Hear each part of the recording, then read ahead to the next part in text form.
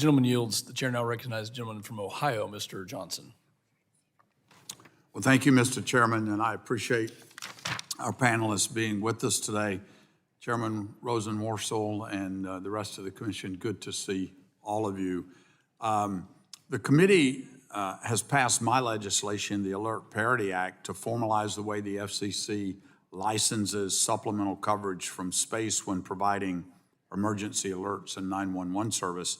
While there have been several partnerships announced that seek waivers of the FCC's rules for more advanced services, this burgeoning topic also raises several interesting questions about spectrum use.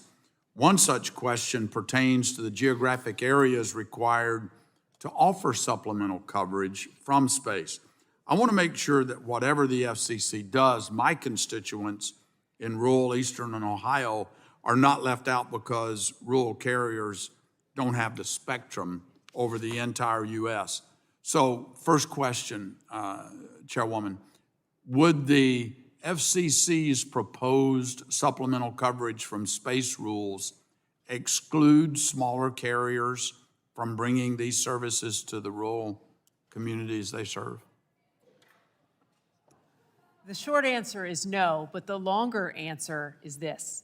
As we try to combine terrestrial services and satellite services, we're going to have to deal with a lot of potential interference issues. That's why our lead proposal in our rulemaking on the single network future focuses on spectrum where a single carrier holds all co-channel licenses in an area. Okay. But we also proposed ideas for how other carriers could work together to help avoid that interference and participate in this growing area of spectrum. All right, so will you commit to working with our committee to ensure that the FCC's actions in this space are not unnecessarily rushed and that they strike the appropriate balance of encouraging innovation while also providing certainty?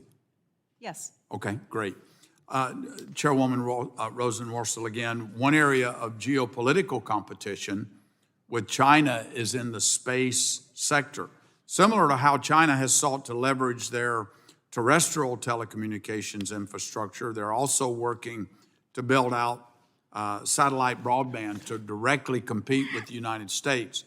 Regulatory certainty is something that would help to ensure that U.S. maintains its lead in this critical sector. For instance, right now there are applications that sit for months at the FCC before any action's taken. If we want to continue to be the global leader on technologies like satellite internet, I strongly believe we need to move much faster.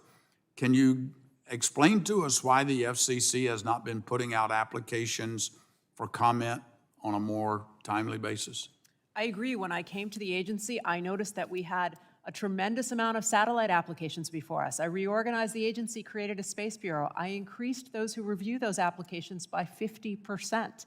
And we set up a rulemaking to try to identify what criteria are necessary so that we could put them all out on public notice faster. So we're in the process of streamlining this, and I think we're on the way to being successful at doing just that. Well, you've answered my other question. So I think with that, I'm going to yield back a entire 1 gentleman yields. 27 seconds.